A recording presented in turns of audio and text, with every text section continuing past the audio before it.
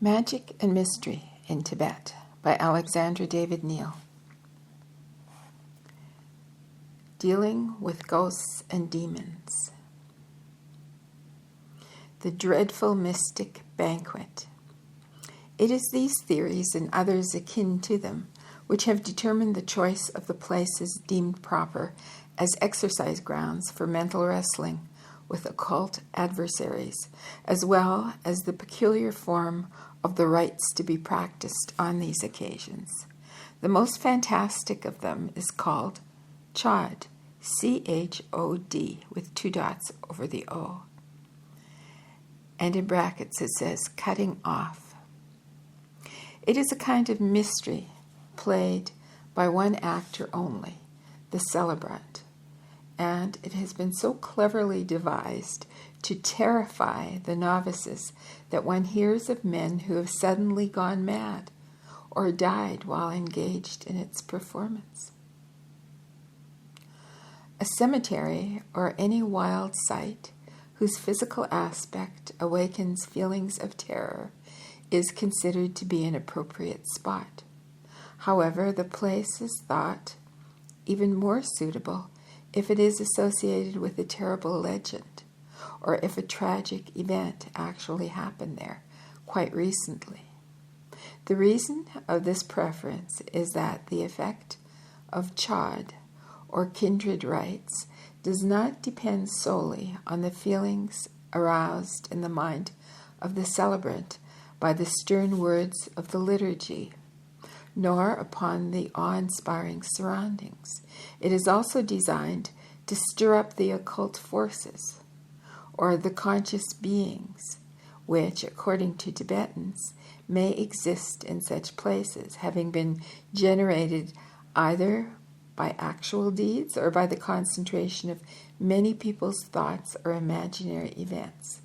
It follows that during the performance of Chöd, which I have compared to a drama enacted by a single actor, the latter may happen to see himself suddenly surrounded by players of the occult worlds, who begin to play unexpected roles.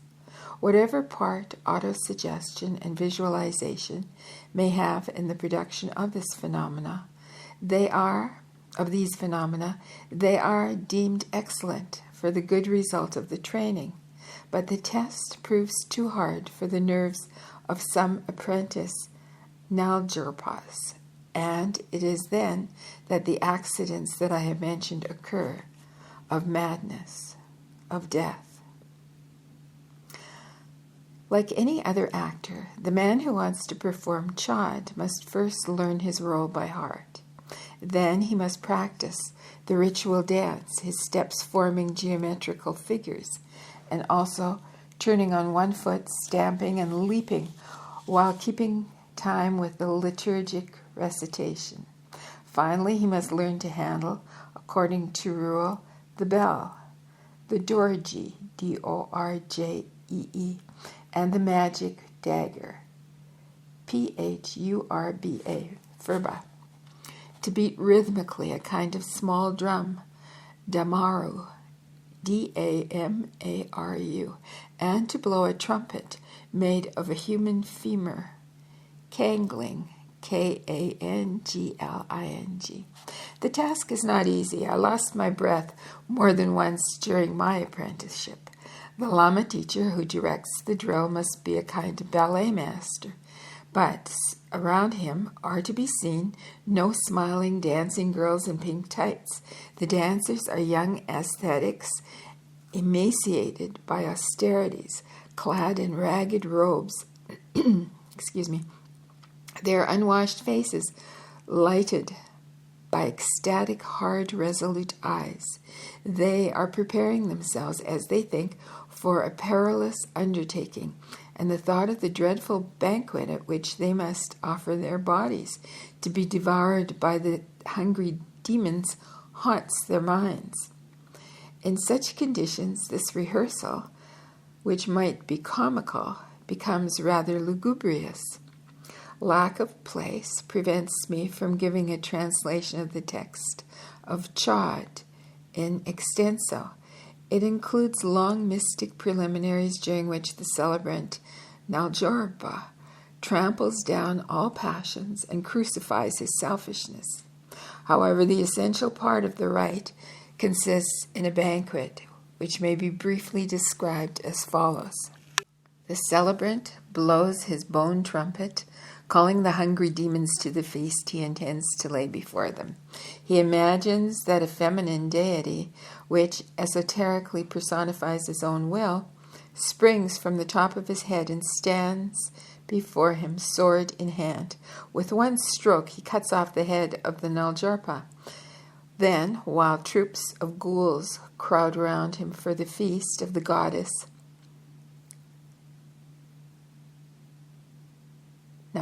Let me start the sentence again.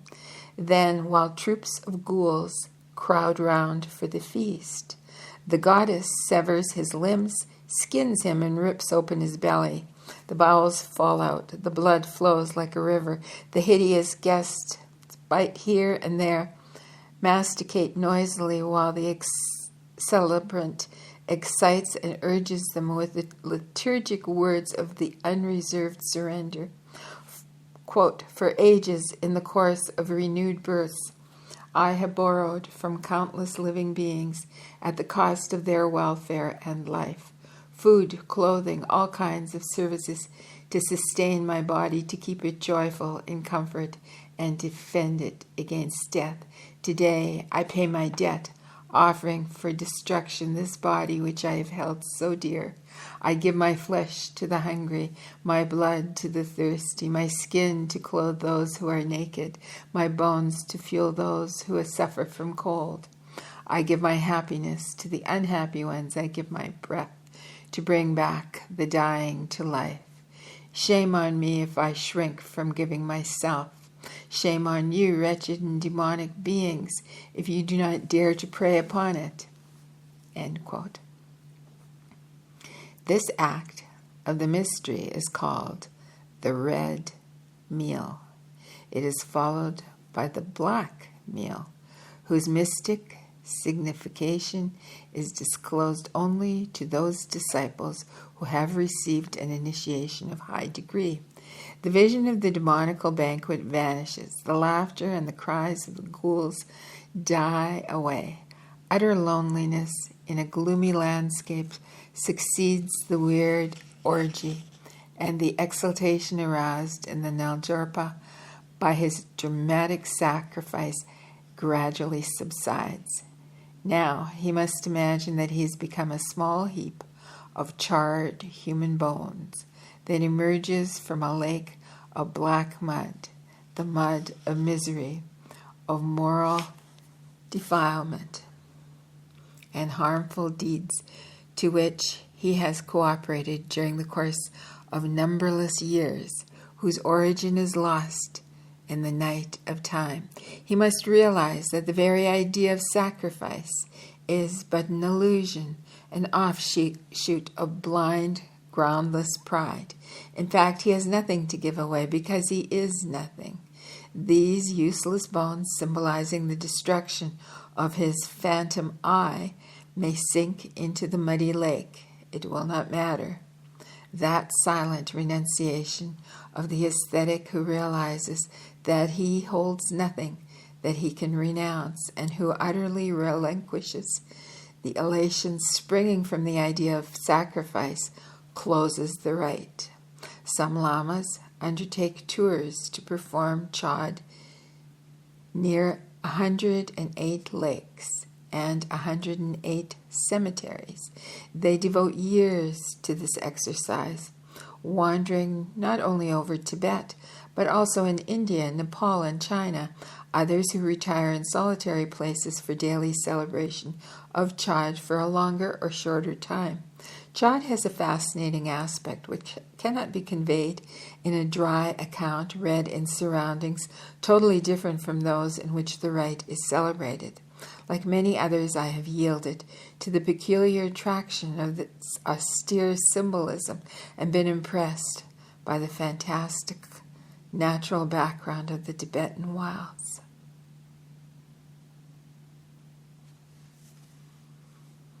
And I'm going to pause here.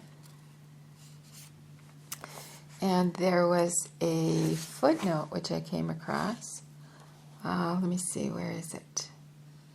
Which I'm going to read to you. I don't know if it's relevant, but anyhow. At one point she says, as part of the rite, she says, "Shame on me if I shrink from giving myself. Shame on you, wretched and demonical beings." And here's the footnote. Buddhists extend their compassion and brotherly love to all beings, demons included. One must note that according to them, and especially according to lamas, a demon does not necessarily dwell in the purgatories. The inhabitants of these sorrowful worlds are beings who have been led there by their cruelty or other evil deeds. They may, while in their present sad condition, reject their former bad feelings and be animated by goodwill towards others or with a desire for enlightenment, etc. As for so-called demons, in quotes, they are beings who habitually harbor hatred and ill will, who rejoice in unrighteousness and cruelty, and these may, as a result of former deeds, have been born as men, demigods, or any other kinds of beings. Wow. That's certainly interesting.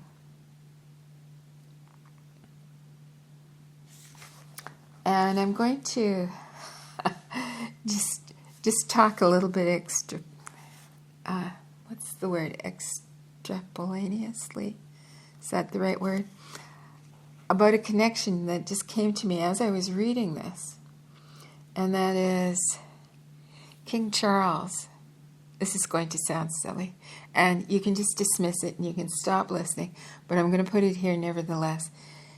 King Charles's latest portrait is exceedingly red. And as I was reading this, his portrait came to mind. And it just makes me wonder, I don't know, about the deeper connection of the symbolism, and perhaps there is some symbolism which derives from these old, ancient Tibetan traditions. If you have any thoughts on this, please leave them below. Also, if you'd enjoyed this or any other chapter, please subscribe and like. Until soon.